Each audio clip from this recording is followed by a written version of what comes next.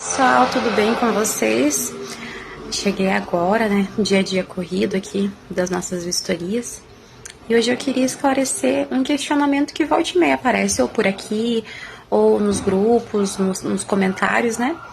Que é quem assina a vistoria. Vamos falar da entrada primeiro. A vistoria de entrada, ela tem algumas partes que são obrigatórias a assinatura. O locatário, que é o inquilino, é obrigatório ele assinar. Por quê? Porque a vistoria é um documento, é uma prova. Então, se você não tem uma assinatura desse documento, não tem a ciência da pessoa, não tem como comprovar que ela estava ciente do conteúdo. Mesmo que você diga, mas eu enviei por e-mail e ela me deu ok. Mas ela não vai ter lido todas as páginas, ela pode depois alegar que só deu um ok que recebeu e etc. Então, para ter a validade mesmo, tem que ter a assinatura dela para você não ter nenhum tipo de problema depois. Então, a primeira pessoa que tem que assinar obrigatoriamente é o locatário. Tem uns cachorros latindo aqui, uns barulhos, não tô com a janela aberta, tá muito calor aqui em casa. Então o locatário, ele tem que assinar, não adianta você fazer a melhor vistoria do mundo se não tiver a assinatura dele, porque você não teve a ciência, tá? Então é obrigatória a assinatura do locatário para ter validade essa vistoria. Fiador também, tem que ter a assinatura do fiador. Se não tiver a assinatura do fiador, o que acontece? Ele vai estar desobrigado se der algum reparo, algum problema depois, porque ele vai falar assim, eu não tive acesso a esse documento como que foi entregue o imóvel. Então, eu não tive ciência, eu não concordei, eu não anuí na vistoria. Então, só o locatário vai responder. Tem lá, por exemplo, a assinatura do locatário e não tem do fiador.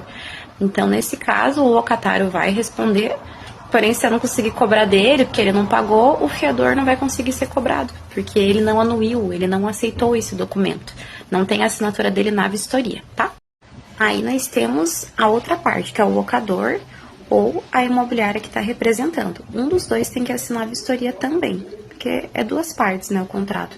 Uma que está dando a posse ali e outra que está usufruindo da posse e vai pagar o aluguel. Então, é comum as imobiliárias assinarem, e elas assinam pelo locador, como representante dele. Não tem problema. Só que assim, eu digo para vocês pela experiência aí que a gente tem com algumas imobiliárias, a gente já teve muitas situações também com as nossas locações, e eu recomendo que esse locador tenha acesso a essa vistoria, sabe? E que fique comprovado que ele leu, que ele viu, e não tem melhor forma do que comprovar enviando para ele assinar também. Para depois ele não ficar falando assim, eu não sabia que meu imóvel estava assim. Às vezes tem várias locações, né? Vai ele alugando anos com a imobiliária. E aí ele não vai acompanhando como aquele imóvel está se deteriorando, mesmo que o locatário faça a manutenção. Aí depois ele quer dizer que entregou de outro jeito o imóvel. Então, por exemplo, ele vai lá, aluga o imóvel com uma mobília já bem usada, deteriorada. E aí o locatário faz as manutenções, mas o desgaste que vai tendo de algo que já está usado não tem muito como evitar. E aí ele não lê essas vistorias porque ele não recebe. Então ele tá com a imagem ainda do imóvel de um jeito, depois de 5 anos vai estar de outro. Então ele vai falar que não vai concordar e tal. Agora com as vistorias ele vai estar concordando, estando ciente de como que o imóvel tá. Não tem como depois ele falar, eu não entreguei para você assim. Né? A gente teve uma situação assim, a gente conseguiu comprovar pela vistoria. Então é muito importante que o locador tenha acesso, sabe? Aí você pode colocar só o locador para assinar, e o locatário, não precisa imobiliária, ou coloca todo mundo, imobiliária, locador e os locatários e fiadores. E a gente tem a última figura que é do vistoriador. É obrigatório o vistoriador assinar? A gente não tem uma legislação, assim, que rege as vistorias locatícias quando a gente fala sobre o vistoriador, a pessoa que faz a vistoria. Então, assim, não é obrigatório o vistoriador assinar, porque a vistoria já é imparcial, entende-se, né? Deveria ser pelo menos imparcial, porque é um terceirizado que está fazendo.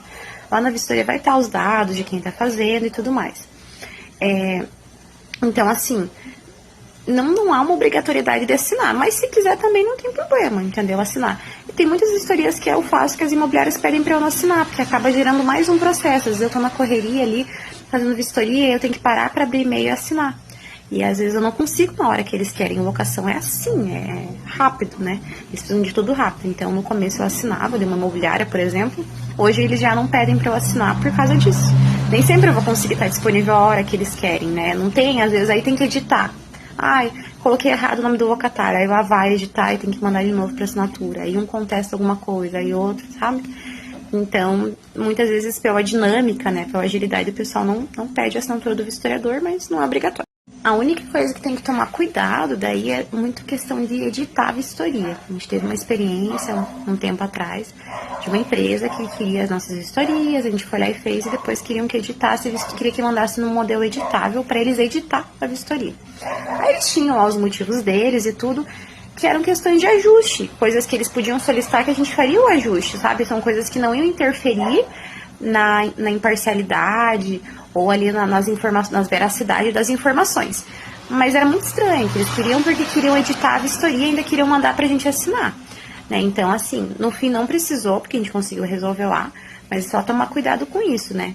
Se querem que você assine como vistoriador, sempre mandar a vistoria num modelo que não dê pra editar, guardar uma cópia da sua vistoria, deixando ciente que você pode fazer ajustes. Ah, por exemplo, aqui faltou colocar uma informação, queria que fosse mais detalhado esse item, é outra cor, coisas assim, não tem problema, mas agora coloca que tá funcionando, sendo que vocês entenderam, né? Uma coisa é ajuste de coisinhas, assim, pra ficar mais detalhado, mais claro, muda uma palavra ou outra, entendeu? Eu não gostei que você colocou riscos, muitos riscos, põe leves riscos, você vê que assim, não, realmente, dá pra dizer que é leves riscos, é pouca coisa, ok. Agora, não, coloca que a pintura é nova, sendo que, assim, é escrachado que não é, tá cheio de furo a parede, um monte de risco, um monte de mancha. Coloca que tá em bom estado, o papel de parede tá todo rasgado, descolando. Aí não tem nem como, né? A pessoa tá pedindo pra gente mentir. E eu não minto, eu odeio mentira. Então, não vou mentir, né? Então, assim, E também porque a gente responde pelo que a gente coloca ali. Como que eu vou ser injusta, né? A vistoria é um documento, como eu acabei de falar. Não tem como você sair editando. Você não vai lá no banco assinar um financiamento, aí você pega as folhas, leva pra casa e escreve o que você quer e traz de volta. Não tem isso. É um documento e aquilo ali é o que é. E depois vai ter contestação, por isso que é bom enviar pra todo mundo. Enfim, né?